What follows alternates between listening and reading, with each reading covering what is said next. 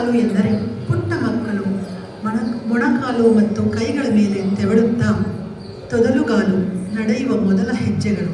ಇದು ಮಗು ನಡೆಯುವ ಮೊದಲ ಹಂತವಾಗಿದ್ದು ಕುತೂಹಲ ಮತ್ತು ಬಾಲ್ಯದ ಮುಗ್ಧತೆಯ ಸಂಕೇತವಾಗಿರುತ್ತದೆ.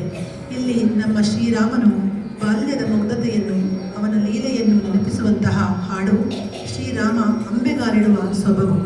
ರಾಗ ಆರಬಿ, ತಾಳ ತ್ರಿಷ.